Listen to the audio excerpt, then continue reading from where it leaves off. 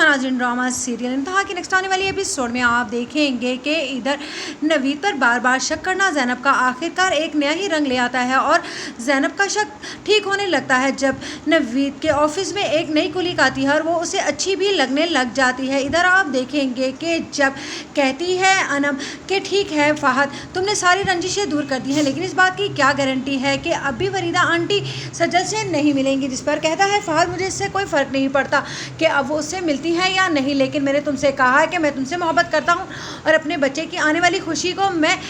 Celebrate करना चाहता हूँ, ना कि उसे इस तरह से परेशानियों में खो दूँ। उधर आप देखेंगे कि सज्जल का बार बार फ़हद को असिस्ट करना उससे मिलने के लिए, उस पर फ़हद गुस्से में आ जाता है और कहता है कि मुझे लगता है कि तुम्हारा दिमाग ख़राब हो गया है या फिर तुम्हें अपनी कोई इज़्ज़त की परवाह ही नहीं है। मेरे हाथों बार बार जलील होने के बावजूद भी तुम ना जाने मेरे पीछे क्यों पड़ी हो। अब तो मुझे बिल्कुल ठीक लगता है कि बिल्कुल ठीक कहती थी अरूसा भी और अनम भी। जिस पर सज्जल को फिर से गुस्सा आने लग जाता है अरूसा पर और उसका दिमाग ख़राब होने लगता है। इधर ज़ैनब कहती है कि एक तरफ तो मुझे नवीद कहता है कि उसे कोई पसंद नहीं है और दूसरा घर पर टाइम देना बिल्कुल ही ख़त्म कर दिया है, इसका क्या मतलब है। जिस पर उसकी माँ कहती है मैंने तो तुमसे पहले ही कहा था कि मर्ज़ात पर भरोसा हरगिज़ नहीं करना चाहिए, लेकिन तुमने मेरी बात एक ना सुनी और तुमने इसी तरह से छोड़ दिया नवीद को। तुम्हें तो किसी अच्छी गायनाकोलॉजिस्ट की ज़रूरत है और तुम्हें उसके पास जाना भी चाहिए। जिस पर कहती है ज़ैनब, कहाँ से चली जाऊँ जब नवीद को मेरी बात समझ ही नहीं आती है, शायद उन्होंने अपनी ज़िंदगी में नए रंग भरने का सोच ही लिया है। उधर अस्मा कहती है ज़ैनब से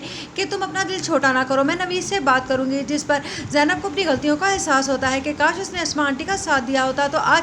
वो भी उन पर भरोसा कर कर उन पर ट्रस्ट करती और वो उसका साथ भी देती, लेकिन नवीद को और अस्मा आंटी को एक दूसरे से दूर करने में उसी का तो हाथ है, वरना अस्मा आंटी की कही हुई कोई बात भी नवीद शायद नहीं टालता था, लेकिन उसने क्या किया, उनका दिल ही ख़राब कर दिया। इधर आप देखेंगे कि असद बहुत ज़्यादा खुश होता है अपने और अरूसा के बच्चे को लेकर, लेकिन सज्जल है कि उसकी